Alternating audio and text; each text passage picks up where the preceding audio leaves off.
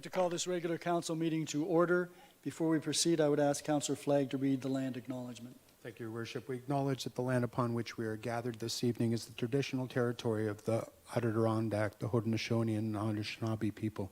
We are the beneficiaries of ancient agreements such as the dish with one spoon between the Anishinaabe and the Haudenosaunee, who agreed to share the abundance of the land through peace, friendship, and mutual respect. The two-row wampum by which the Haudenosaunee welcomed the settlers and agreed to share the land in mutual respect, and the Treaty of Niagara, considered a fundamental document by First Nations in all future relations and treaties with the British. We recognize that we have the responsibility to be stewards of the land in cooperation and collaboration with the Indigenous people, not only for one generation, but for all generations to come. We understand that we have an obligation to learn the lessons of our history, educate ourselves about the experience of the Indigenous people, and seek opportunities to heal the wounds that will result in reconciliation with our Indigenous sisters and brothers. Many First Nations, Métis, and Inuit people live and work in Fort Erie. We stand with all Indigenous people, past and present, in promoting the wise stewardship of the lands on which we live. We have the good fortune to live in such land of abundance, diversity, and beauty. Let us be vigilant in protecting Turtle Island. Thank you very much, Councillor Flagg. Would you all please rise for the invocation? We meet to serve our community and endeavor to be worthy custodians of all that has been entrusted to us. Let us be concerned only for what will promote good government. May we bring to our council chambers minds that think and hearts that feel, so that in our deliberations we may display imagination, wisdom, and courage, and the will to do our work for the good of all. Thank you. Mr. Clerk, the roll call, please. Your Worship, Councillor Lewis is absent. He's indicated that he will be running late and he will be in attendance. All other members of council are present. Thank you. And I understand that the regional councillor won't be available this evening either? That is correct. Okay. So we have a few announcements. I want to start by saying that the coldest night of the year was held last Friday evening, and it was very well attended. It was neither, the walk that took place was neither at night, nor was it the coldest night of the year, although it was chilly. But they raised over $20,000 for the local Head Injury Association, Brain Injury Association of Fort Erie. And so I want to thank all of the organizers and all of the participants and all of the sponsors. The high school culinary program provided some food afterwards, and a lot of the students volunteered to assist to monitor the walk. I also attended a chili cook-off that the Buffalo Canoe Club held on the weekend, and they've done this now for a number of years to raise money for their scholarship program for local high school students who are going on to bigger and better things. And this year was a resounding success. They raised over $10,000 for their scholarship program. Exactly. I do want to mention that February, as we all know, is Black History Month, and this week is Black History Week, Heritage Week. And this month, the museum services have been running a number of programs. They produce a display that's in the town hall atrium. Residents have been encouraged to visit the 3 heritage plaques in town that honor the stories of the presence of Black settlers and the presence in Fort Erie. Those are at Freedom Park, at Waverly Beach, and along the Niagara Parkway.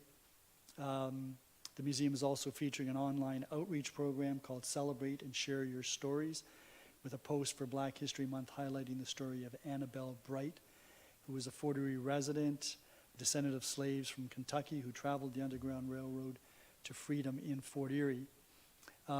This week, Heritage Week, the museum services featured activities and posts on the town's Facebook page highlight unique artifacts and local history stories. The program of Sharing Fort Erie's History will continue throughout the year. The town's Municipal Heritage Committee held a series of lectures highlighting 3 significant built heritage properties in town. Those are the Grange, which is at 1 Burns Place, the Han Claus Lawson House, which is on Yacht Harbor Road, and the Craft House at the corner of Dominion Road and Crescent Road. And that committee is also working on designating potentially 34 properties as heritage properties in Fort Erie. Their They have to do that work by the end of December, because otherwise the provincial government under Bill 23 has mandated that you can't designate any more heritage properties until the government decides to move on. So those are the announcements, and that takes us to disclosure of pecuniary interest. Councillor Dubanow. Yes, Your Worship. I have a pecuniary interest on item 7.3 on the agenda. It's a notice of upcoming public meeting for 409 and 423 Walden Boulevard, as my company has been a tenant of that property. Any others? Councillor Flagg. Thank you, Your Worship.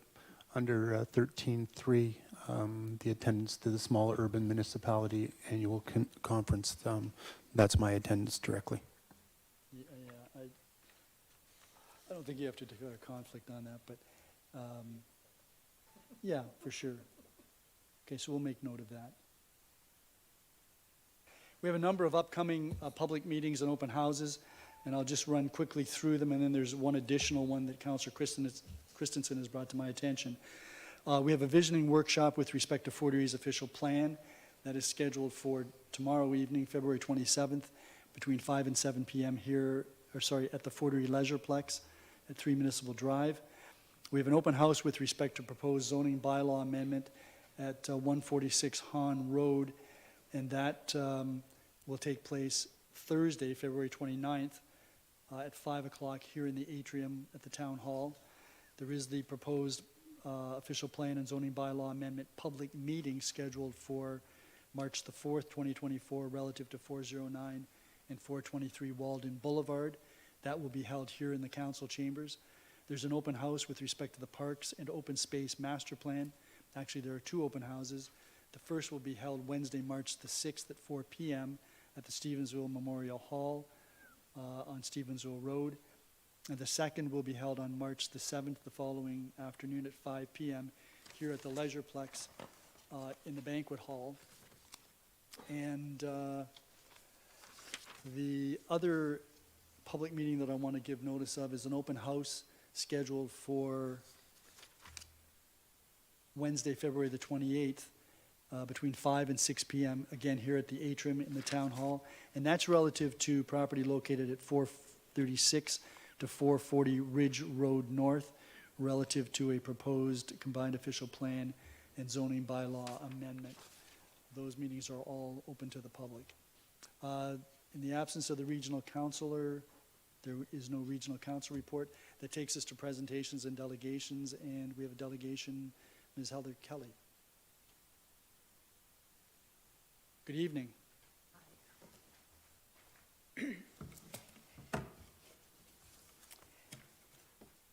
So I wanted to thank Mayor Redekop, Council, for giving Fort Erie Healthcare SOS the opportunity to update council members and residents about our ongoing campaign to save not only Fort Erie Urgent Care, but Douglas Memorial. We have successfully reached thousands of residents, and they have been more than helpful in volunteering and continuing our work to keep Fort Erie Urgent Care open 24/7. Like some of the council, I've been around this crisis, seeing the gradual closure of the hospital for well over 20 years. It was wrong-headed then, it was wrong-headed now.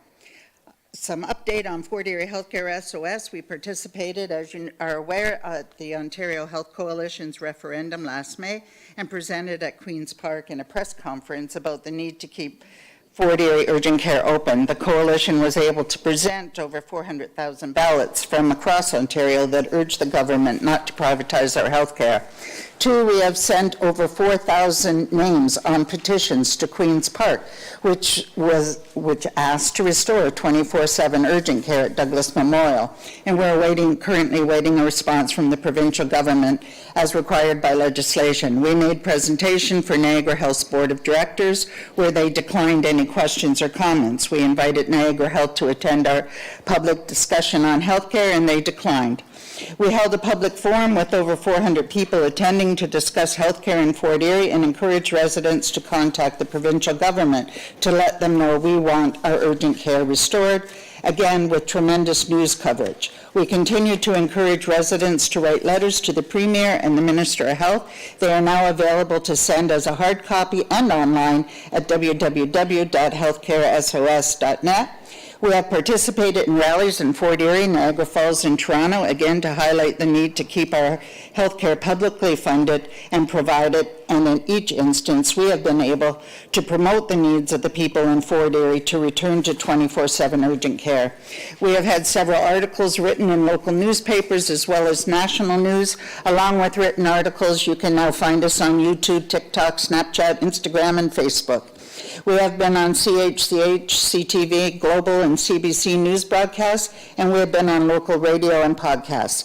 We know that we are being heard. In particular, this week in the legislature, our MPP asked the Premier about providing a nurse practitioner in Niagara-on-the-Lake, and instead of answering, the Premier commented that he was disappointed that Wayne Gates would vote against the new hospital in our own region, but he was happy that Wayne gave out his telephone number and that he was able to tell the callers the truth.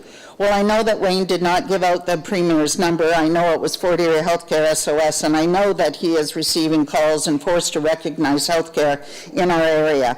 The Premier even had the audacity to call our MPP lazy. Well, he may be a lot of things to different people. He certainly isn't lazy. Instead of addressing the shortfalls in our area, the government and Niagara Health continue to be satisfied that the new hospital in Niagara Falls is all they need, and they believe it will be able to address everyone's needs. We know that the reality is that by relying on this one new hospital, they have put our community at risk of not being able to get the help we need when we need it. They are forcing people to hope for the best instead of getting help. I have watched with interest how this government continues to chastise our MPP for speaking out and opposing the government's plan to close our urgent care, and yet they continue to fail us here at home and around the province. Why have they not provided proper funding or support? Fort Erie Healthcare SOS has several of our local businesses and social groups that have supported our efforts to set up tables at their stores and events to get more signatures, more letters, and more conversation about the need for our urgent care to remain open 24/7. I am here tonight in front of Council to again appeal for your support to keep our urgent care open 24/7. I know that there are many things happening behind the scenes to bring new doctors into our town. That is a good thing, and we fully support those efforts, but we are concerned that in the meantime, Niagara Health has dismissed Douglas Memorial and Port Colborne Hospital, and they are continuing to ignore our efforts. We also need medical support at night that is not being addressed. This should not be acceptable to anyone in our town or surrounding outlying areas. We were lucky enough this winter to only have a few major snowfalls, but that is certainly out of the norm for our town. We know that the EMS group are working to provide guidance and direction to local people in regard to their need for ambulances. EMTs don't necessarily have all of the medical records on file and cannot provide health care. They are there to respond to crisis situations and to quickly ensure we get the help we need. We also know that many people do not have readily available access to transportation to get them back and forth to Niagara Falls, Welland, or St. Catharines, and if the patient doesn't have access, neither do their friends and family. People that we need in a crisis situation should be able to help us and support us. We need our town to stand up to Niagara Health and to let them know we do not want Douglas Memorial dismantled, and we do not believe that relying on walk-in clinics is all that our townspeople require. You are working hard to attract healthcare professionals to our town, and it would be much easier if that doctor or healthcare professional believed that they had support and diagnostics available to them in the community that you are asking them to set up in. We need our council and our public representatives to hold a public forum where we can have an open and honest discussion about the future of healthcare in our town. Is it your plan to dismantle and sell off Douglas Memorial? Is the plan to simply rely on walk-in clinics? Do you have a local plan to address the transportation shortfall? And will they include around-the-clock hours? What is the town doing to address the nursing shortfall and diagnostic shortfall? We need our town council to openly declare that they will do everything within their power to keep our urgent care open 24/7, and further that our council tell Niagara Health that they cannot close any more of our beds and services in Douglas Memorial. Enough really is enough. We need to know that our efforts over the last 20 years have not been in vain, and that we as a community will not only continue to push to open our urgent care, but that we will push to have a full-service hospital for our people that includes emergency care, chronic care, acute care, palliative care, diagnostics, surgeries, opening of more beds, mental health services, 24/7 doctors and medicine. That is what our growing town needs. We live on the border to the United States with commercial traffic and hazardous materials being shipped. We have summer residents. We have a fast-moving body of water that people can get hurt in. We have horse racing. We have swimming in quarries, rivers, and lakes. We need a hospital. Our lives matter, and taking a 20 or 30-minute drive when you're in a crisis is untenable when it does not have to be that way. I know in the far north they have much longer travel times, and some requiring air travel. Our argument may be much different if we did not have the ability to open a full-service hospital here, but we do have the building. Now we need to push for ongoing funding, and common sense says that closing our urgent care puts people's lives at risk and causes longer wait times and forces our residents to make life and death decisions by not having our urgent care open 24/7. I know that urgent care is not emergency care, but let me say this. If I'm experiencing chest pains and not sure exactly what is happening, I'm going to the closest centers available, so if something does happen, I have people with medical training that can assist and hopefully stabilize me enough to be shipped out to the center of excellence that can perform the service I need. I am not going for a 30-minute ride in the middle of a snowstorm or in the middle of the night to hopefully get seen and triaged quickly enough that I survive. We all know time is of the essence in healthcare, whether it's to prevent a heart attack or to prevent a burst appendix or to clear an airway so I can breathe. Why is this so difficult for the decision makers to understand? We have more people moving here. We have families, and we have retirees. We have persons with disabilities, mental health needs, and chronic conditions. We have residents that can't afford to call a cab, that don't have a car or the means to go out of town to get the help they need when they need it. We may no longer be designated as rural because we have been included into Niagara Health's terms of reference, and although they continue to paint a pretty picture of what they are doing to invest in healthcare in our area, it does not provide the healthcare that each and every one of us has paid for here in our town where we reside. We need to know what commitment, if any, has Fort Erie made to Niagara Health and what motions have been passed regarding Douglas Memorial or our urgent care center, local health care in general. We need to know what efforts our council and healthcare committee have made to save and restore access to healthcare in our community. Our recommendations, the Town Council needs to demand that the Ministry of Health and Niagara Health commit to a universal, publicly funded and delivered healthcare system, and that they immediately fund and staff our underused public hospitals, including Douglas Memorial. Open the operating rooms and patient rooms. Ontario should perform more surgeries during evenings and weekends using the rooms that have been closed down. Ontario needs to add more beds. Start by reopening the beds that have been closed and rooms that have been shuttered, including those at Douglas Memorial. Ensure tests and procedures are done timelier. Increase access to home and community care and improve public health measures and mental health access. Reopen Fort Erie Urgent Care 24/7 and further keep Fort Erie Douglas Memorial open, properly funded, maintained, and staffed to fulfill the needs of people in Fort Erie and throughout Niagara. I welcome your questions and comments. I've also included a link in my papers that I sent to you through the Ontario Health Coalition's most recent report on public hospitals.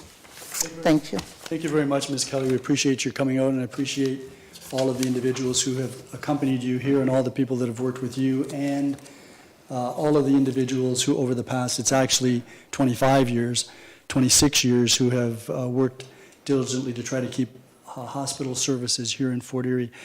You know that the town of Fort Erie doesn't own the hospital. Yes. So you know that we can't sell it, Yes. even if we were inclined to, which we're not. We're asking that you hold them from doing that, so. Yeah, okay, well, you Yeah. just say that, you Yeah. asked if our plan is to dismantle and sell off Douglas. And you were at the meeting where I indicated that this council will do everything, it has a mission to do everything that it can to ensure that the people of Fort Erie have the health care that they need. But I do have a few other questions to ask you since I'm not sure that everyone in the community, based on the comments that you've made, is fully aware of what is happening here. And you may not know, or you may know that I've been on this file since before 1997 when I became the mayor, and that every council since the Health Services Restructuring Commission in 1999 has supported or made a priority of keeping our hospital services available. I'm sure you're aware of that. Yes, I am. And you may not know that Fort Erie, but I'm asking if you are, Fort Erie was the first municipality, lower tier municipality in Ontario to develop a health and wellness committee over 20 years ago. You're aware of that? Yes. I follow the minutes. Oh, great. And so you're aware that, I presume you're aware then that the current Community Health Services Committee has representation from Regional Public Health, from Niagara Health, primary care physicians, Bridges Community Health Center, the Indigenous Community Council, and our own health coordinator. Yes. And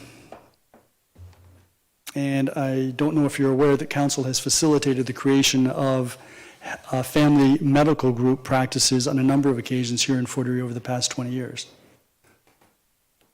Are you aware of that? No. Okay, so that would be 238 Birdie. It would be the Niagara Primary Care. Right. And we've also worked with other physicians in other areas to create groups that will meet provincial criteria.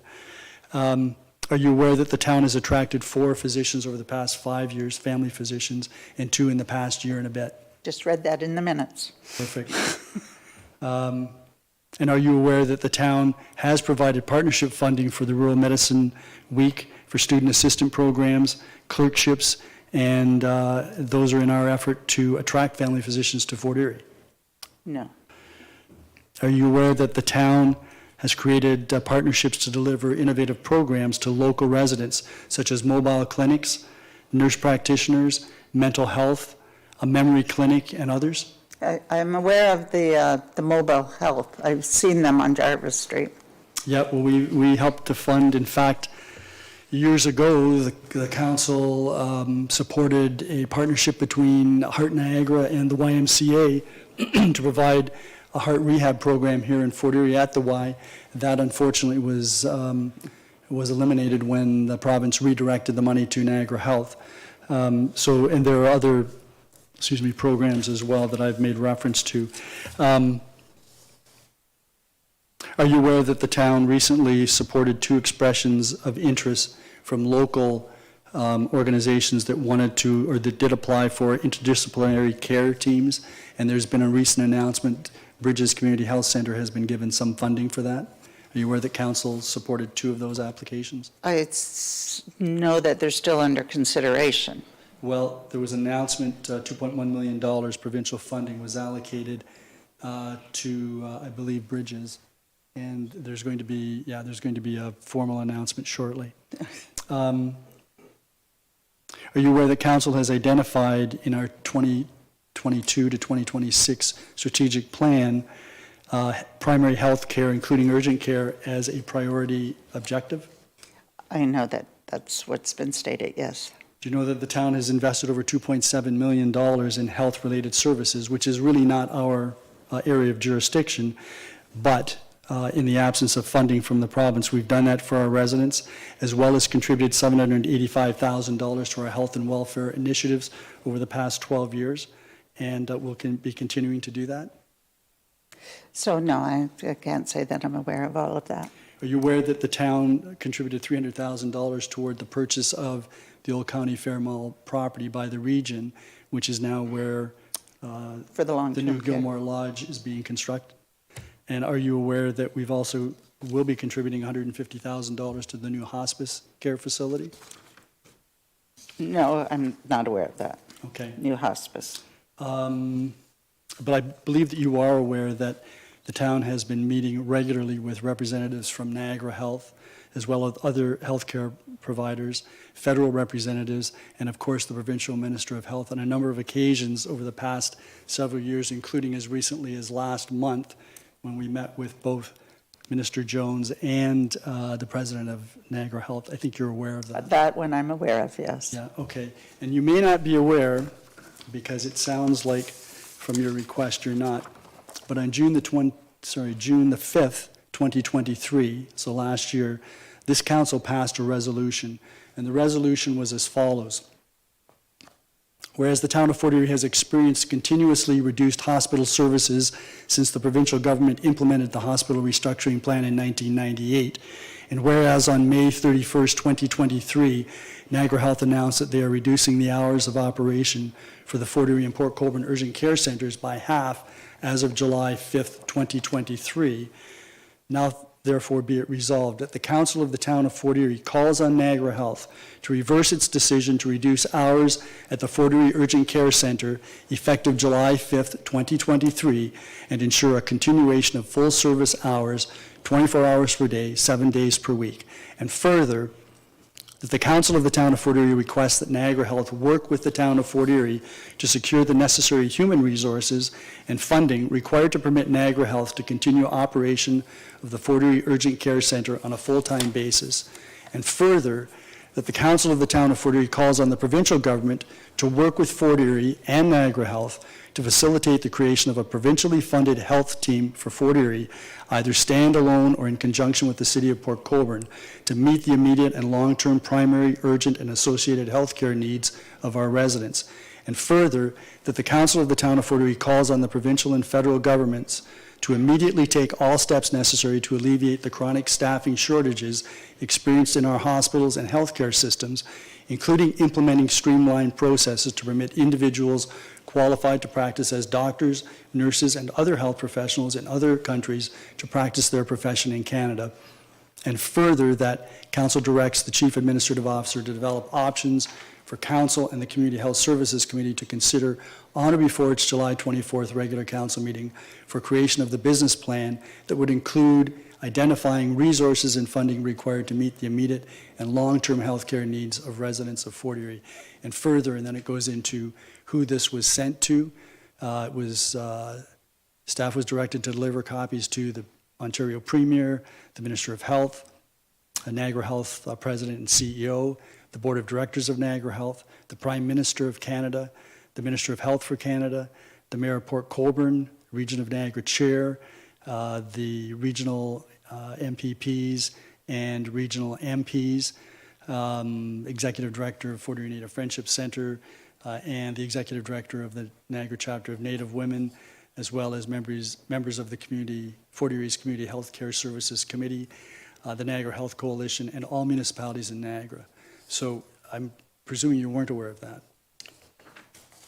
I know, Mr. Mayor, that you and the council have been working on this file for some time, but the specifics, no, I can't tell you that I am, and that's a shame, because the town residents should be aware of what's going on, other than us going on to, as I did today, to go on to the town website, to go back through past minutes to determine what's been passed and what hasn't been passed, and what you've been working on and what you haven't been working on. Not everyone in town has the ability to do that. No, that's fair enough, but these meetings are all publicized. The minutes are all public. I write articles every week for the every other week for the Fort Erie Observer, and I've made reference to this issue on a number of occasions. And however, your point is well taken, and what the staff will be doing is putting out something to the media, so that both the print media and the digital media, so that residents will at least have some understanding of what is going on and what has been doing, and to assure the residents that we will be doing everything that we possibly can to ensure that the residents of Fort Erie have the continued health care and hospital care that they need. Hence my questions and my points. Yep, thank you very much. Now, before you go, there may be other questions by members of council. No, this is not a question and answer period. This is. I just wanted to. No, this is not. Sorry. You have a I'll delegate. email you tomorrow. That will be fine, that's fine. Any other members of council? Councillor Noyes? Just one question for you, and thank you for all your work and your tireless effort to bring healthcare services. I think from what the mayor has said, this council has been, and the councils prior has been very pro healthcare in Fort Erie and doing what we can. It's a minor comment. You talked about calling a cab. Good luck calling a cab in Fort Erie at night. Yeah. I don't think you'd find one. Yeah. So just, And that's part of the problem. And I understand that it's been discussed by council as far as transportation and the efforts to try to get people to the services that they need. However, if I'm not mistaken, that has been referred to regional council, where I tried to do a presentation yesterday but didn't get in. Or So, Friday. yeah, and that would be probably the Community and Social Services Committee. But they have meetings every month, so you can Yeah. try again the next month. And I plan yeah, on the public transportation is now a regional issue, and it is a conundrum. So all of the issues that you've raised are of concern, and we'll keep working at it. So thank you very much for coming out, and thank you to all of you who did come out this evening. I know that some of your members couldn't make it out. I know, that's why I'm waving. Yeah. Perfect, yeah, and we appreciate very much your efforts. Thank you. Thank you.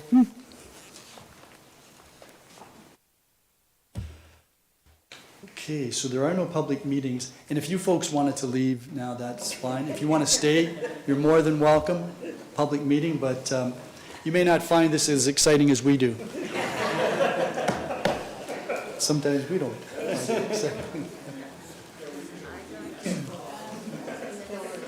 So there are no public meetings this evening. We do have a consent agenda.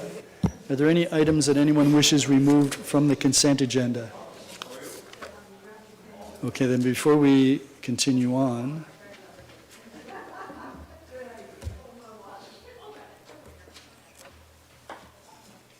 I see that Councillor Flagg, you're going to be moving the consent agenda. I am. Please proceed. Thank you, Your Worship. Moved by myself, seconded by Councillor Dubanow, that council approves the consent agenda as recommended. Are there any questions or comments? There being none, I'm going to call the question. All those in favor of the recommendations in the consent agenda, none opposed, that is carried. That then takes us to reports. And the first report would be PDS 021-2024, and Councillor Dubanow, you have that. I do, Your Worship. Moved by myself and seconded by Councillor McDermott that council approves the draft plan of subdivision dated February 5th, 2024, showing 5 lots for single detached dwellings, 9 blocks for 18 semi-detached dwelling units, and 15 blocks for 75 street townhouses as illustrated in Appendix 2 of Report PDS 02-1-2024 in accordance with the provisions of the and the regulations thereunder, subject to the conditions contained in Appendix 4 of Report PDS 02-1-2024, and further that Council directs staff to circulate the conditions of draft approval in Appendix 4 of Report PDS 02-1-2024 to the applicable agencies in accordance with the requirements of the Planning Act, and further that Council receives Report PDS 02-2024 attached as Appendix 1 for information purposes. Are there any questions or comments? Councillor Noyes. I'm trying to find it on the report. This is the one on Pettit Road, Yes. the sidewalks. I can't Yes. find, okay. We talked a little bit, or I mentioned a little bit about the sidewalks aren't coming for any, like, they're not going to happen quickly. That's somewhere down the road, right? So there will be sidewalks in the internal roads, but the issue about the sidewalk on Pettit Road, there's a property to the south of this, and until that comes forward, staff is thinking that the reconstruction of Pettit Road won't take place, and that would include the sidewalks. And yeah, and that's what I recall. I did make a suggestion then that where the internal roads end at Pettit Road, that there be some kind of whether it's a temporary sidewalk or a concrete pad or whatever, because that is the road that the kids are going to take, and people are going to catch the bus or that there should be some kind of a concrete or whatever waiting area at the end of each one of those roads ending on Pettit. I didn't see that in here anywhere. Yeah, so I didn't notice that specifically in the conditions, and Mr. Yamarino, I don't know if you can comment on that?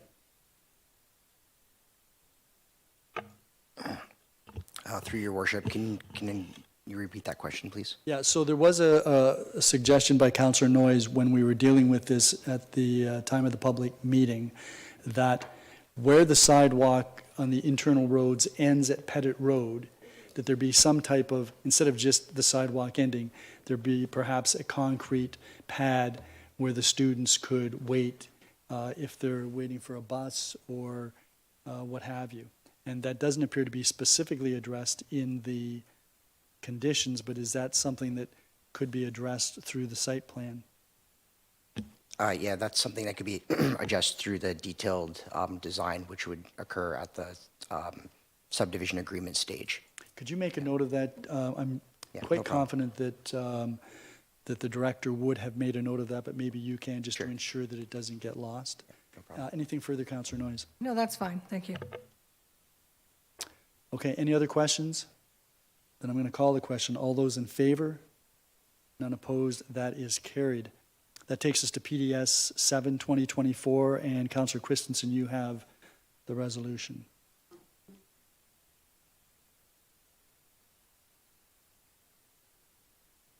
That the environmental conservation EC overlay zone be removed from 2677 Ott Road, where the addition is proposed, and further that the environmental conservation EC overlay zone be removed from 2200 Eagle Street, where the accessory building is proposed. Any questions or comments? Mr. McQueen, just for clarity, my understanding is that the terms of reference for EAC, the new terms of reference for EAC, indicate that where there's no apparent justification for the environmental overlay to continue, that the staff will deal with that as opposed to it being referred to EAC for review? To the mayor and council, yeah, that's my understanding as well. And that's because EAC is being burdened with a lot of work now in terms of their terms of reference, is that correct? Yes, that's correct. Okay, thank you. Any other questions? If not, all those in favor? None opposed, that is carried. That takes us to new business. Councillor Noyes, you have the first item, and that's a resignation from the Accessibility Advisory Committee. Yes, moved by myself and seconded by Councillor Dubanow, that council accepts the resignation of Bed Ferris from the Accessibility Advisory Committee, and that further council directs staff to proceed with filling the vacancy in accordance with the procedural bylaw. Any questions or comments? All those, Councillor Noyes. I just wanted to comment on Ms. Ferris's participation in the Accessibility Advisory Committee. She has been awesome, and it's only because of health issues that she's no longer coming. We're pleased that her husband is still coming, and we've kind of left the door open for her, that if she is available any night that we meet, that she's more than welcome to come. But she has been a valuable member to our Accessibility Committee, and I just want that recognized. Thank you. She has been, and correct me if I'm wrong, but we generally send a notice of recognition or appreciation to members who leave these committees? That is correct. Thank you. If there are no other questions or comments, all those in favor of the resolution? None opposed, that is carried. That takes us to the next resolution. And Councillor Christensen, you have that.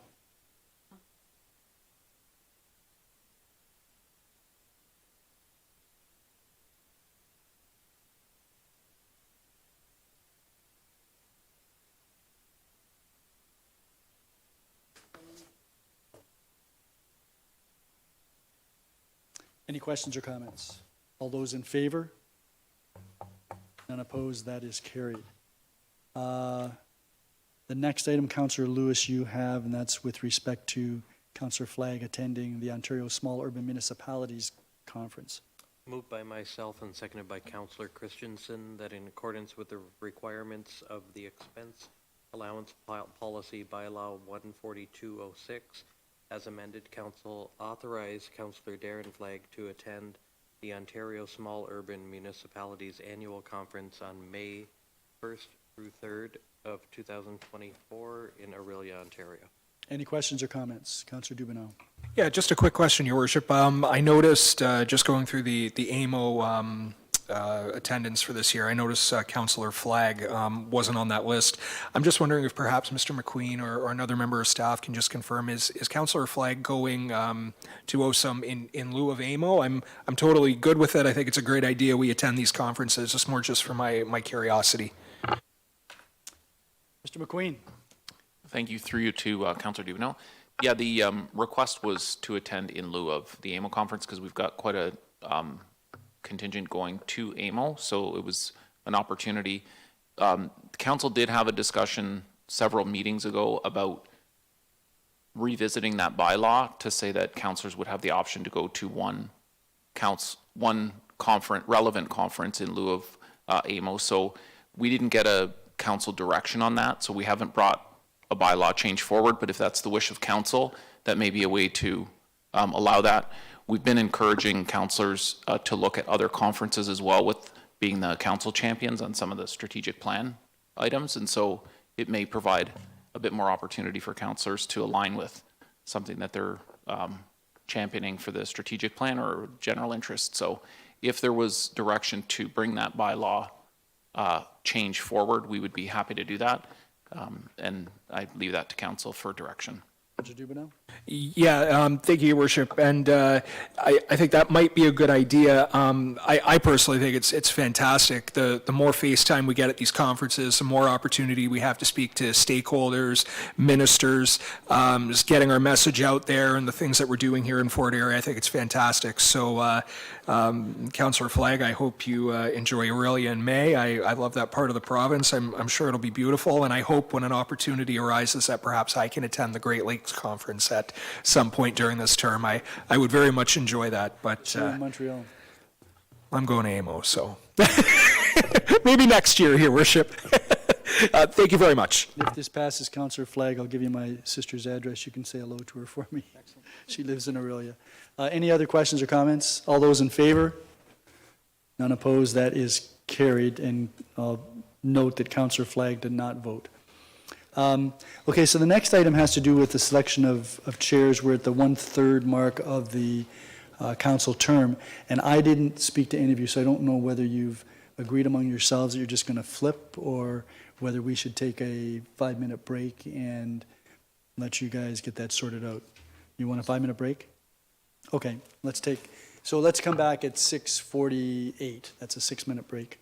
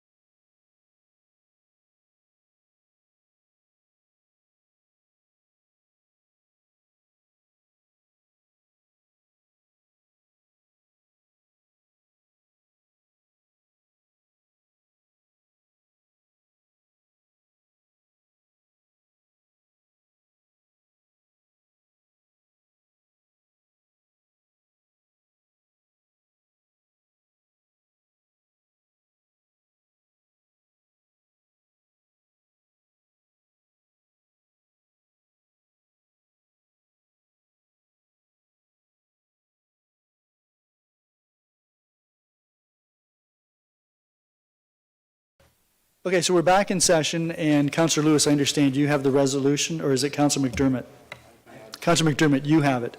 So, based on the discussion that took place, it looks like everybody is staying on the committee that they're currently on, but the chair is going to become the vice chair, and the vice chair is going to become the chair. That's correct. You've got that there? Yes.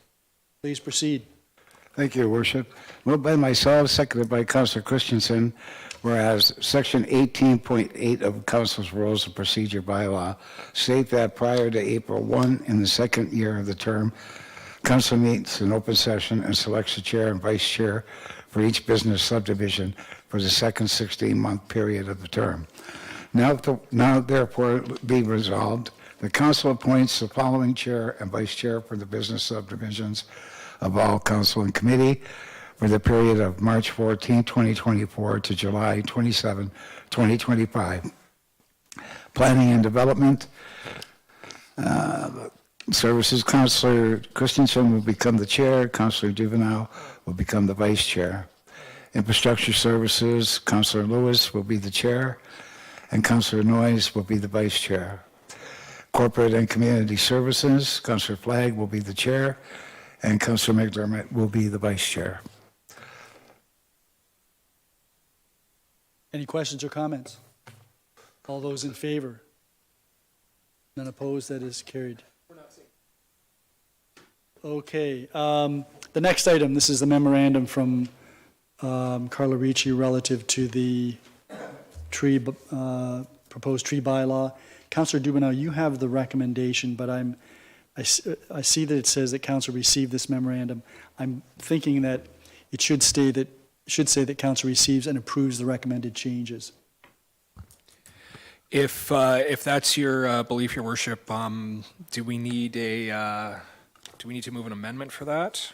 So no, you're going to be reading it, and that's what I'm going to suggest that you do, so that it's clear that if the majority of council approves of these changes, then they would become part of the draft bylaw. So it would be council receives and approves then, Your Worship, Approves the recommendations, yeah. the recommendations.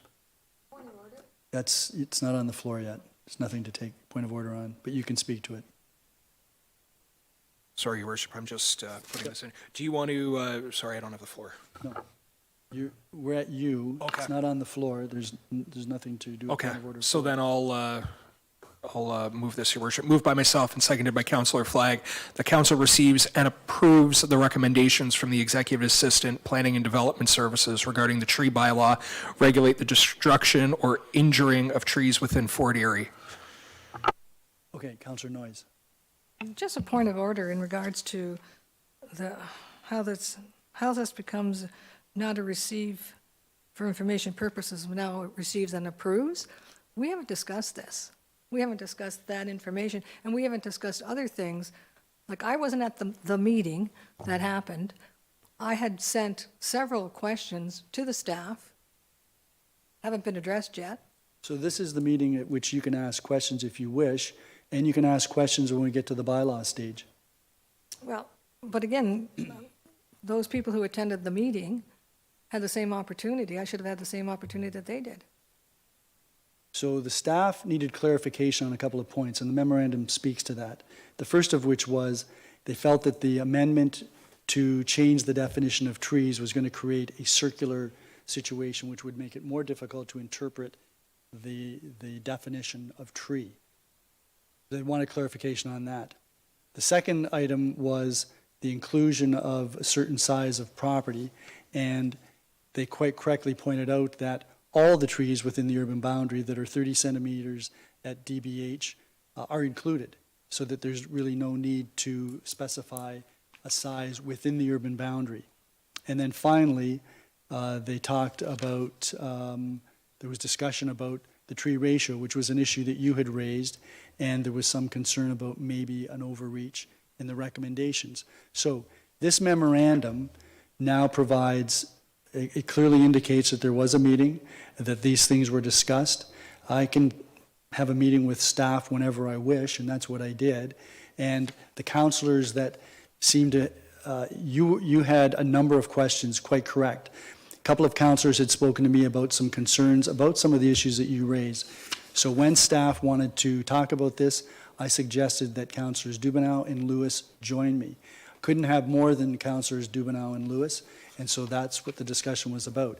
That doesn't preclude further discussion about the tree bylaw, doesn't preclude amendments or efforts to amend the bylaw when it comes before council, which will be on March the 18th. And so here we are. If you don't agree with the memorandum, you can vote against it, but that's how this came about. And the fact that there is a memorandum at least provides the transparency that there was a meeting that took place and that staff expressed concerns about the issues that are referred to in the memo. And I understand that, and I don't think it was me who brought up the tree ratio. I don't think anybody here brought up the tree ratio in regard to that 2 was too much and 1 should be better. I don't remember that discussion. I remember we talked about it. Yeah, no, Councillor too Dubanow much. did. But anyway, again, here's a memorandum. It doesn't even address, from staff, doesn't even address the 5 questions that I sent before the meeting, not after the meeting, before the meeting, that are still outstanding.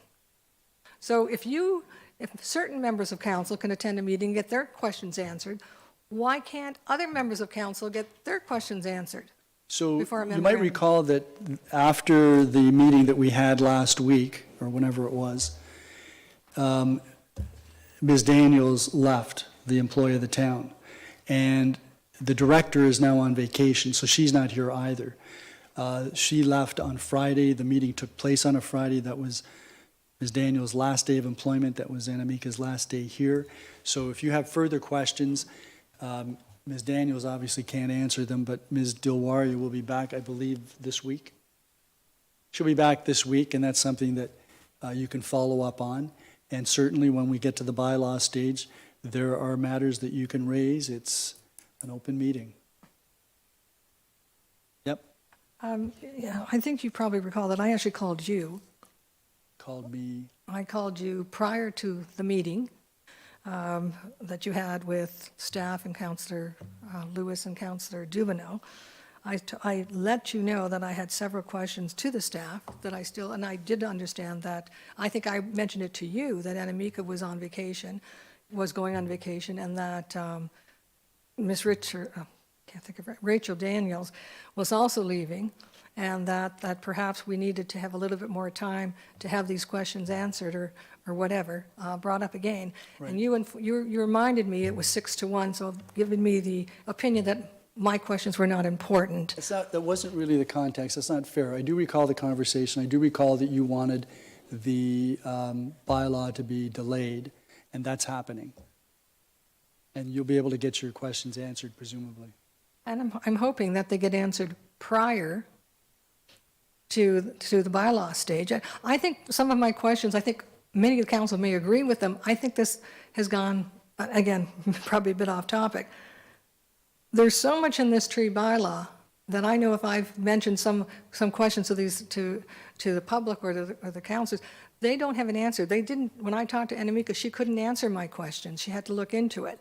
So there's so much in this tree bylaw that we seem to be gung-ho to push through that that we really haven't really taken a step back and really looked at it and saw all the details. Like I have several questions I can send you right now that I sent Anamika and that. I think these are good questions. And they may very well be good questions, and she can't answer them when she's on vacation. And when she comes back, she'll answer them, I presume. And if she doesn't, we have a council meeting on March the 18th when the bylaw will be before council, and you can ask your questions and you can move amendments. That's the process. And that's the way it's going to go. It's going to go. But by any chance, just a chance, is this on Let's Talk Fort Erie yet, this tree bylaw? I don't know that. It wasn't last week. McQueen, do you know if it is? I don't believe it was up there, as far as I know. But So- I can look into that So and check it to should see be, that it it's. should be put up. And I thought we had talked about that, and it may very well be that because Ms. Dilwari was going away. I don't know with Mr. Yamarino, did Ms. Dilwari mention that to you? Having this posted on? Through your Yeah. worship, I recall at the meeting that there was discussion that it would be posted. Yeah. So We'll follow up with that. And on that note, the open house invitation, I don't know if you guys had a chance to look at the open house invitation that went back. I read it several times, and nowhere in there did I think it applied to the trees in my property. And I don't think anybody who read that public open house notice knew it was applying to the trees in their backyard or their front yard. But anyway, we'll go back to the memorandum. I want to talk about the tree ratio and who pays for, okay, now it's 1-to-1, it's $250, right?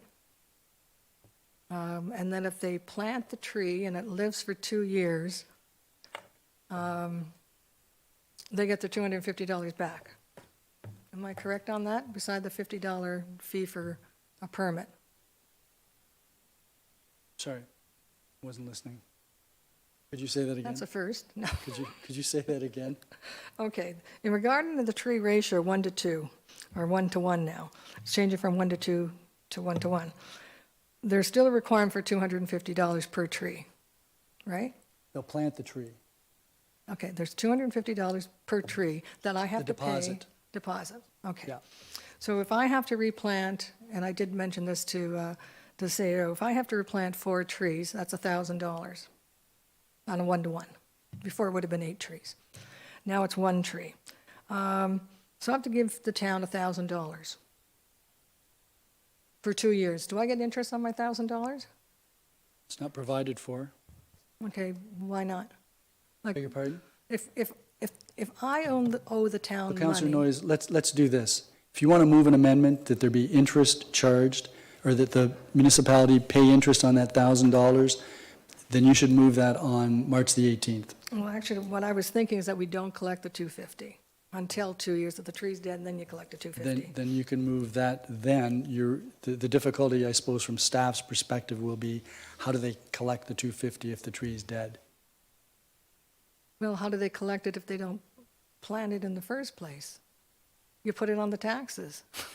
Well, it's not quite that simple. Not quite that simple. You'd pay the $250 when you get your permit to cut down the tree. If you cut down the tree without a permit, then you can be charged. Then that would be, that could be put on your taxes. I see it the opposite, but anyway. So why don't we, presumably that's one of the questions that you've put to Ms. Dilwaria? That's a new one? Other questions, because I didn't know it was coming forward that we were talking about the tree ratio. Okay. I'm still in the mind of that shouldn't be in anybody's yard. So why don't you make sure that you supplement whatever the list is that you've sent to Ms. Dilwaria, so that when she's back, she can respond to that. It's 3 weeks to March the 18th. That should provide ample opportunity for her to respond. If there are difficulties with that, then we'll see what the outstanding issues are and try to respond to them. And on the 18th, when the bylaw is before us, you certainly have authority to speak to it and to move amendments. And when will this be on Let's Talk Fort Erie? So I'm going to guess that it can be on either tomorrow or the next day. No reason why notice of the bylaw can't be put on Let's Talk Fort Erie tomorrow or the next day, is there, Mr. CAO? Yeah, we'll make sure that we get it up. I went on to check and it's not posted yet, so we'll make sure that goes up. And I guess maybe just to clarify the question regarding the deposit, the town would accept a letter of credit as opposed to a deposit. So I think that was one of the things that had been contemplated, since I had a discussion with Councillor Noyes on that question earlier, but I did confirm with Mr. Anmarino that we would accept a letter of credit so that there isn't money necessarily held up, so. I think that's a great suggestion. Okay. Anything further on this, Councillor Noyes, right now? Okay. Okay. Anyone else? I'm going to call the question. All those in favor of the resolution? Opposed? So noted. So before we move on, this is new business and inquiries. And before I ask other councillors, I want to mention that we recently lost a long-term councillor, Don Luberts. I'm sorry I didn't mention this during the opening announcements. But Don Luberts served the residents of Crystal Beach for 3 terms, 3, he would say exciting, others would say excruciating terms, but he was very effective, and he had a mission with respect to the Bay Beach property, and certainly proved to be correct in his mission. And you can't deny that. He was intrepid. He was, by all accounts, a very committed individual. I found him to be an enjoyable guy to be with, provided you didn't disagree with him, in which case it could be a long night. But I'm very pleased that we could all get either to the visitation or to the funeral, and I think that's completely appropriate. I mean, he was committed to our community and always gave his best for the community. So we did have the flags here in Fort Erie flying at half-mast on all of our facilities for several days following the news of his passing until his funeral, and that's very appropriate. I know that a number of us served with Donnie, and for those who didn't serve with Donnie, you missed one of life's great experiences. So our hearts go out to his family, and certainly Gail, his close friend, who was always with him, and I think brought out, in my opinion, the best of Donnie. So thank you, Councillor Flagg, for reminding me to mention this evening.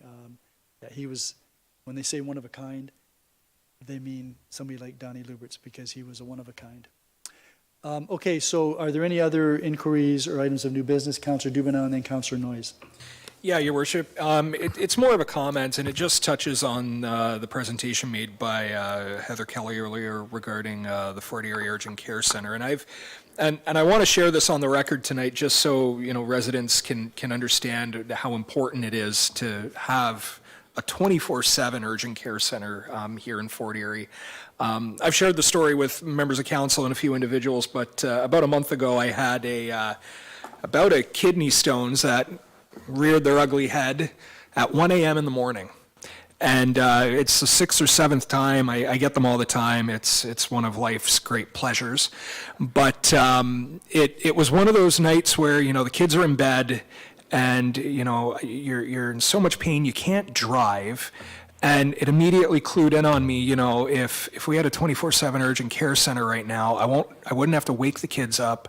I wouldn't have to have my wife drive me in very dense fog down the QEW to GNGH to receive a shot of morphine so that I can go to bed and deal with it in the morning. Now, to be perfectly fair, the staff at GNGH were phenomenal. They are dealing with pressures right now, particularly on the social side, that I have never seen in an ER before. They were phenomenal. Niagara Health has fantastic staff. But that dawned on me that evening. Everyone talks about, well, why do you need 24/7? That is a perfect example, something that could have been dealt with very quickly. It's not a life and death emergency situation, but it's something that definitely requires prompt care. And it would have made that evening a little less painful, despite all the pain I was going through. So that was one event that particularly clicked in my head. Everyone talks about urgent care. Well, you know what? If you've ever had kidney stones in the middle of the night, taking that 20-minute drive up to Niagara Falls feels like 20 hours. So I just wanted to share that. It's something I've had discussed with members of council, but I wish they were still here, because it's a perfect example of why we need a 24/7 urgent care center in our community, and I experienced that for myself. So I wanted to share that with the community this evening, Your Worship. Thank you. Very much, Councillor Dubanow. It's interesting, because the Health Services Commission report in 1999 commented that it was important for there to be primary care within the community 24/7. And that was simply repeated by the Romanow Commission, by a Senate Standing Committee report of about 20 years ago, by a report from Alberta, by reports from Quebec. Everybody seems to agree that 24/7 primary care is fundamental for the healthcare system. And it's fundamental because it actually takes pressure off of the hospitals. So if you want to downsize your hospitals and the care in your hospitals, you have to provide 24/7 primary care. So thank you for reminding us of that. And yeah, we'll just keep banging away. And if I may, Your Worship, we talk about, you know, the snowstorms a lot. It's incredible how much fog we get when especially in a warm winter like this, where the winds blow in off the lake. It was like, I think the British call them pea soupers. It was very much one of those experiences where you couldn't see 20 feet ahead. And I'm thinking, great, I'm going to be, you know, reeling around in a ditch as my wife, you know, takes the car off the road. But yeah, it's not just snowstorms. We have fog. There are a lot of situations. So thank you for the opportunity to share that, Your Worship. Thank you for sharing. Might have been a little too much information, but we appreciate that. Councillor Noyes. Thank you. I'm glad Councillor Dubanow is feeling better. I wanted to talk about the open house, the Parks and Open Space Master Plan. Is this the first notice that we've been given? It was March the 6th? So that's 8 days from now? No, I think 11 days this, from now?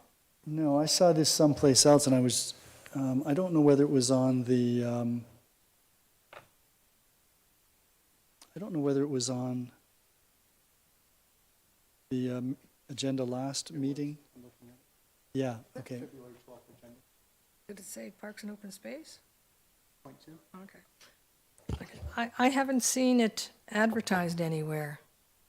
Like, I haven't seen it in, like, I'm just wondering from, the best thing to do for an open house is to make sure people know so that they come, you want the participation. So do we know when the ad was put in and where it was put in?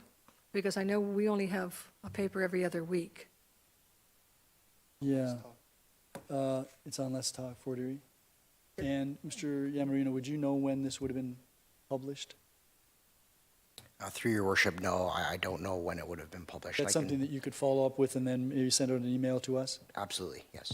Okay. Councillor Noyes? Yeah, and I'm looking forward to it, but I want to make sure that people do know. Is there any way that our communication staff can send us all a Facebook blurb so that we can put it on our Facebook and let people know that it's coming and the time, et cetera, et Yeah, we cetera? can put that on Facebook. Yeah, but if you send it to me, Yep. then I can send it off and they can share it. Okay, so Mr. McQueen, you'll have our communications people send each councillor the, yeah, okay. Okay, thank you, that's all. Anyone else, new business or inquiries? Okay, then that takes us to closed session and, Yeah, can I have a second? just a second, I gotta get to the, who has the resolution for going into closed session? Councillor Noyes. Please proceed. Moved by myself and seconded by Councillor Dubanow that council does now go into closed session at 7:11 PM to consider the following: previous closed meeting minutes, Affordable Housing Advisory Committee appointments pursuant to Section 239 in brackets 2 in brackets B of the Municipal Act 2001, personal matters about an identifiable individual, including municipal or local board employees, Mayor's Youth Advisory Committee appointments pursuant to Section 239 in brackets 2 in brackets B of the Municipal Act 2001, personal matters about an identifiable individual, including municipal or local board employees, Environmental Advisory Committee appointments pursuant to Section 239 in brackets 2 in brackets B of the Municipal Act 2001, personal matters about identifiable individual, including municipal or local board employees, Accessibility Advisory Committee appointments pursuant to Section 239 in brackets 2 in brackets B of the Municipal Act 2001, personal matters about an identifiable individual, including municipal or local board employees. Any questions or comments? All those in favor? Unopposed, so we're off to closed session.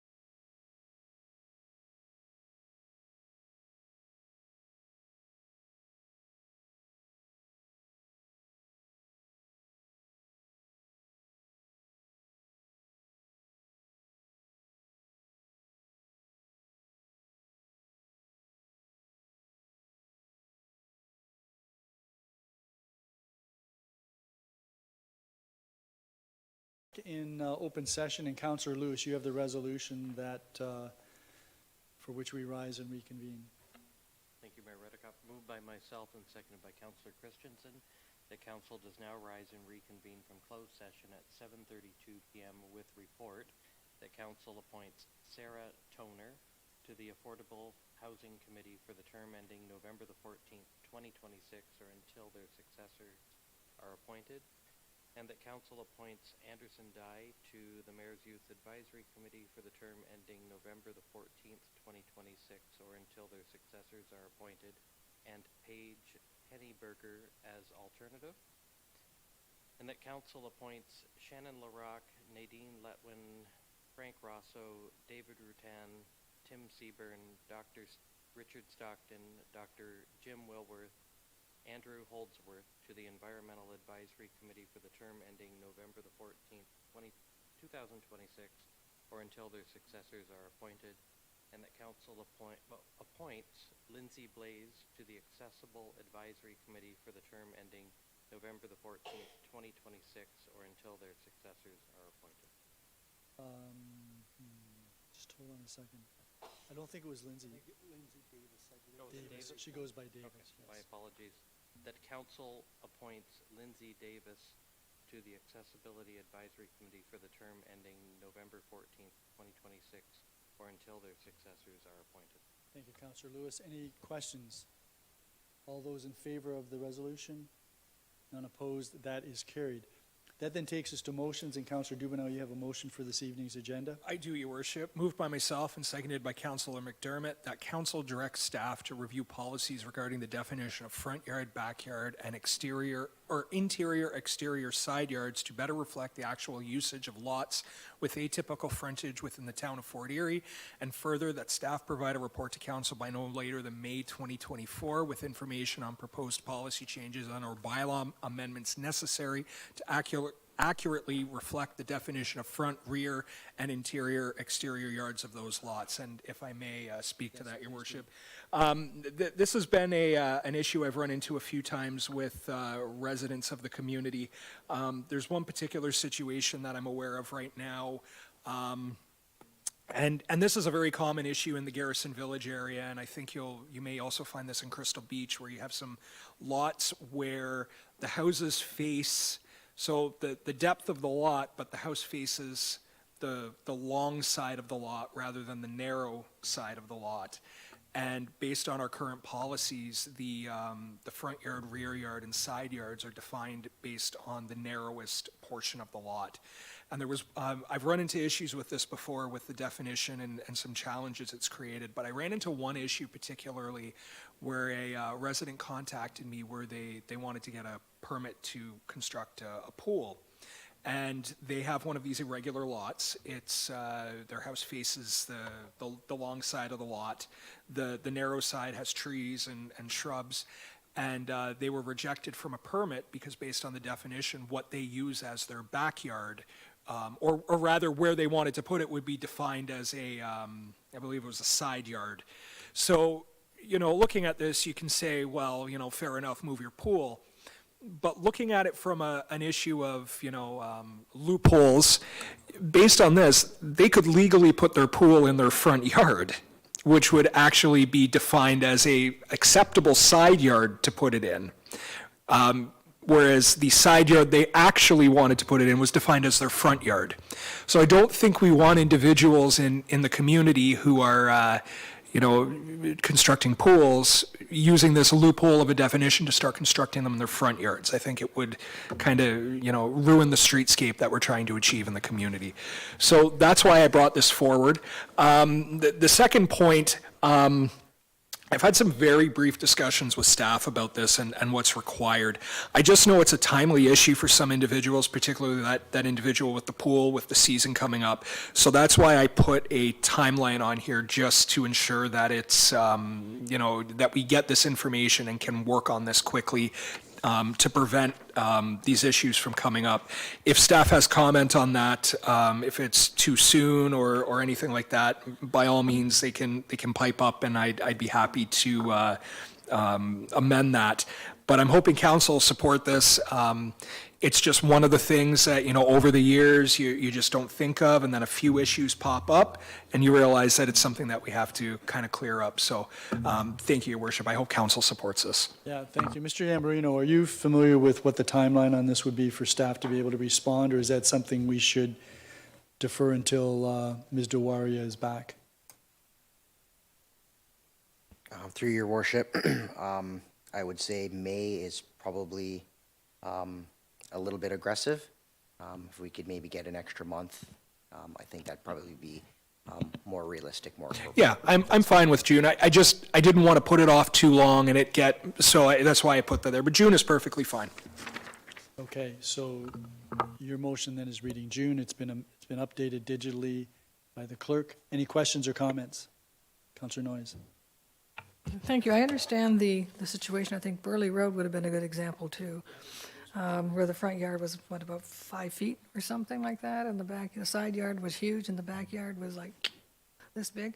But and I'm hoping that the staff report, when it comes back, how is this going to affect the drainage? I know that when we look at a site plan and we look at what they're going to do, it says drainage into the front yard. No, not into the side yard, not into the backyard or wherever. Then I want to make sure that the drainage comments, because every time we see a site plan or a development, we say where the water has to be discharged. It's usually front yard or backyard and not side yard. So I want to make sure that doesn't get lost in any of this. If he's not, Mr. Yambarino should be feverishly making notes on this so that both he and Mr. Walsh will be able to deal with that appropriately. Your Worship, that's actually why I asked for a report, because I'm sure there might be things that this touches that need to be looked at and dealt with comprehensively. I was originally thinking of just moving, staff direction, but then I started thinking about, drainage-related issues, downspouts, and how that could touch. That's why I think we need a report just to outline what changes. Anything further, Councillor Noyes? Nothing further. Thank you. Okay, anyone else?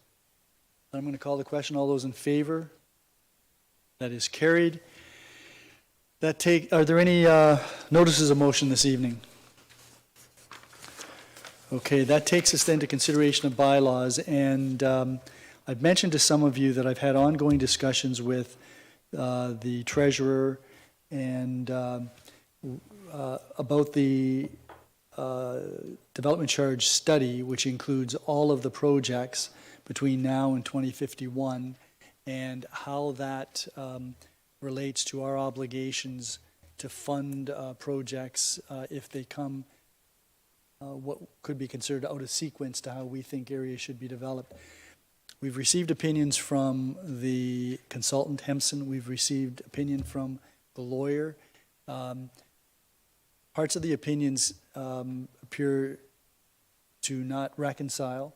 And so I've asked the director to try to arrange a meeting, a Zoom meeting perhaps, with both a representative from Hempson and a representative from the law firm to see if we can nail these down. The big issue arises out of a developer coming forward wanting us to undertake an infrastructure project that we may have designated for 15 or 20 years out. They want to do it now. It actually creates the oddity where we haven't been collecting revenues for a project that far out, but we may end up having to divert some development charges to that. So I wanted to get that clarified, and you're working on that, Mr. Jansen. So in that regard, I would ask that bylaws 2020, 2021, 2022, 2023, and 2024 be dealt with separately, because I'm going to ask that they be deferred until a special council meeting next week, March the 5th, so we can get this sorted out. Councillor Noyes? Okay, so bylaws 20, 21, 22, 23, and 24, because we have development charges bylaws that relate to a variety of items, and then there's a couple of grant programs. Councillor Noyes? And I'm assuming, because I actually touched base with Jonathan earlier about one of these bylaws, and that there is some timeline that we have to meet. There is. Because if we don't have the bylaw passed by a certain date, Yeah. then there are no development charges for anything that happens in that period. So that, I'm just wanting to make sure that fits within the timeline. The date would be March the 17th. We only have one council meeting between now and then, and that's next Monday. We can call a special council meeting to deal specifically with these. We have a committee meeting in any event. And if there was a further problem, we could always call a different special meeting, but I think we can deal with it by Monday. Okay, thank you. That was, Okay, so Councillor Dubanow, you have, nope, wait a second. Let me get there.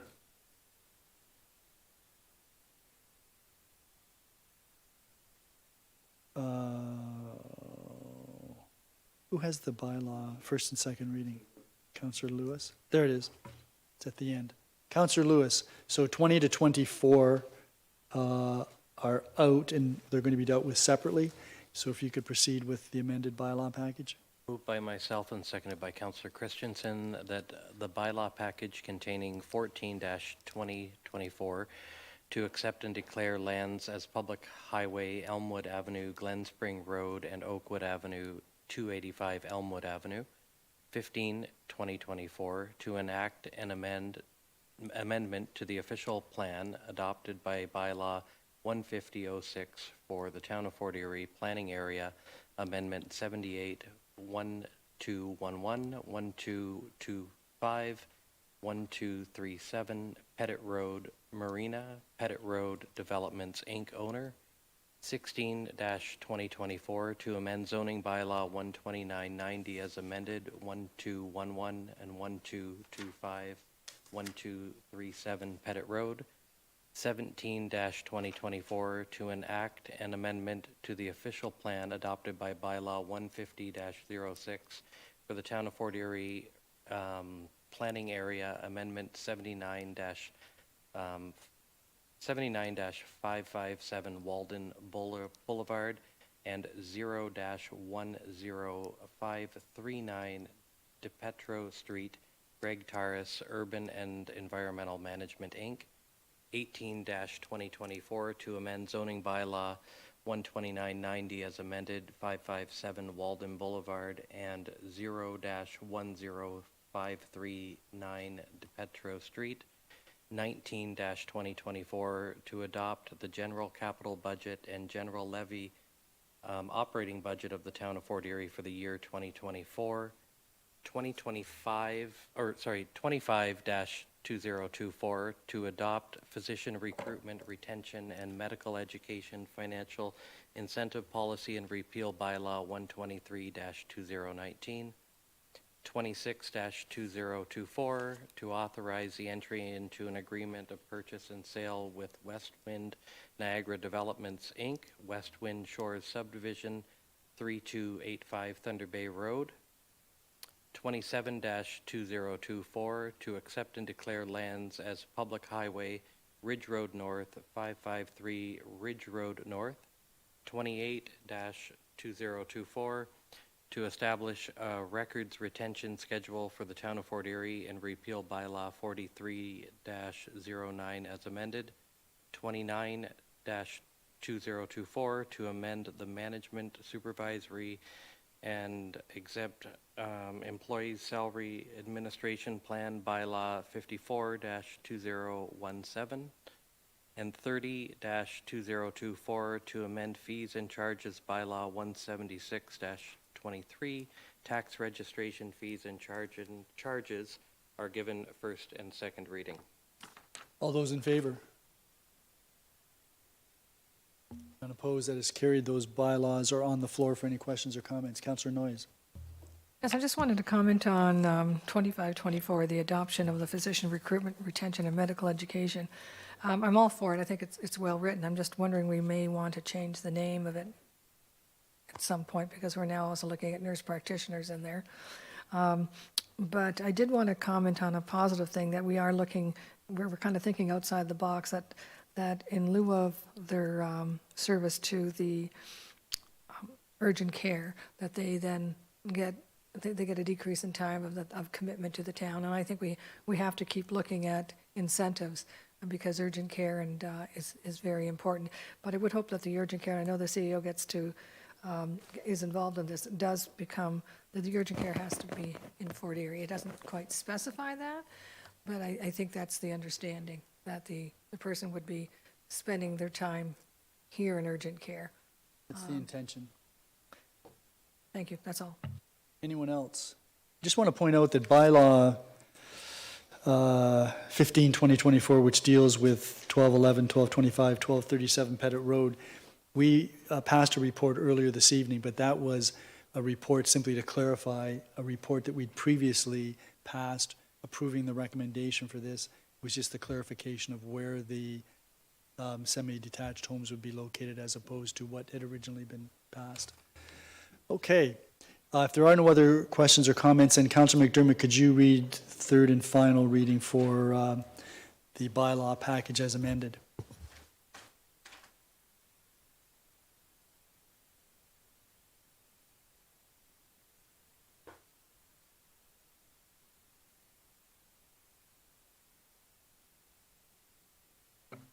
Moved by myself, seconded by Councillor Christensen, that bylaws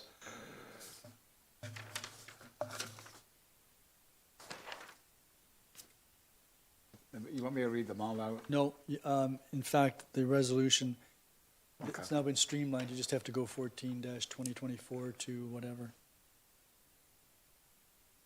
The bylaws 14-2024 to 30-2024, inclusive, are given third and final reading to be signed by the mayor and the clerk under the corporate seal. Okay, so we're going 14-19, and then, Oh, that's what I asked to begin with. yeah, sorry, 14-19, and then 25-30. Sorry, 14 to 19 and 25 to 30. correct. As they say in Fort Erie. That bylaws 14 to 19 and 25 to 30 inclusive are given third and final reading to be signed by the mayor and clerk under the corporate seal. Okay, so just for clarity, 14-19, 25-24. No, you're fine. Everybody knows it's 14-19, 25-30. Any further, that's what you said. Any further questions or comments? Okay, I'm going to try to make this as confusing as possible, Councillor McDermott. Succession. Yeah, my mission is to, okay. All those in favor? None opposed, that is carried. Councillor Lewis, can we then go back to you to deal with bylaws 2024 to 2024 to get them on the floor? And then I'll be looking for someone to move that they be deferred to a special council meeting on March the 5th. Moved by myself and seconded by Fourth. Councillor Christensen that the bylaw package containing 19-2024, No, 20. oh, sorry, 20-2024 to establish development charges for general services for the town of Fort Erie and to repeal bylaw 47-2019 as amended. 21-2024 to establish development charges for roads and related services for the town of Fort Erie. 22-2014 to establish development charges for water, wastewater, and storm services in the town of Fort Erie. 23-2024 to establish development charges exemption reserve. 24-2024 to establish an industrial development charges grant program and to delegate authority. And that is it. Be given first and second reading. Okay, can I have a mover to defer those bylaws to the March 4th council meeting? My grandson's birthday, my mother's birthday. Councillor Dubanow seconded, and the seconder, Councillor Noyes. Okay, so the motion to defer to March the 4th, next Monday night. There'll be some further information that the director can provide. Only questions would be as to timing. There are none. All those in favor of the deferral? That is carried. That then takes us to the ratification bylaw, and that is Councillor Lewis. Me again. You're very busy. Yeah. Moved by myself and seconded by Councillor Christensen that bylaw number 31-2024 to confirm the actions of council at its council meeting held on January 29th, 2024, council and budget committee meeting held on January the 31st, 2024, and its council and committee meeting held on February the 12th, 2024 is hereby given first and second reading. All those in favor? None opposed, that is carried. And Councillor Noyes, you have third and final reading? Yes, moved by myself and seconded by Councillor Dubanow, that bylaw number 31-2024 is given third and final reading to be signed by the mayor and the clerk under the corporate seal. Any questions or comments? All those in favor? None opposed, that is carried. That takes us to scheduling of meetings. Councillor Noyes. I have a meeting tomorrow at 4 o'clock for the Accessibility Committee meeting in Committee Room 1. And that was at what time? 4? Did you say 4 o'clock? Yes. So, no, I think we're going someplace else, but we're supposed to go to Airbus or something. Sorry? I think there's something about Airbus that we're going to be doing the Accessibility Committee is actually going to go to Airbus before the meeting. I'm not sure of the date, but something in my head says that's before the meeting. Okay. So you'll be at Airbus sometime tomorrow.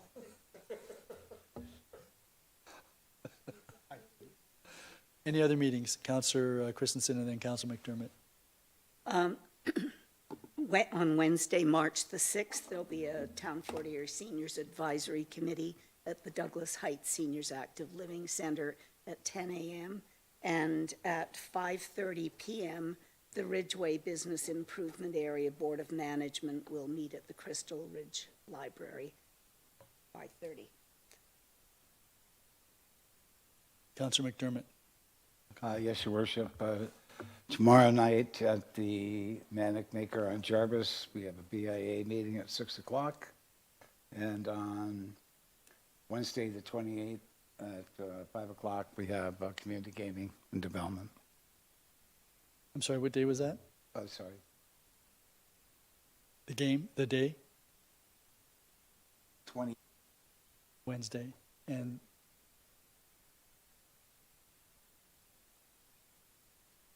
28th is Wednesday.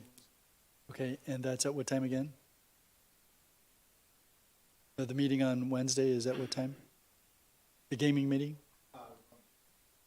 Time? Okay. Councillor Noyes, you had another meeting?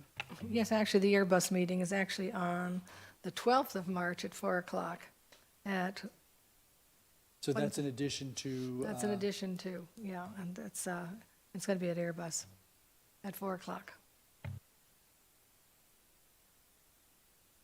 Any other meetings? I'm relieved to know that you know the time and the location and the date.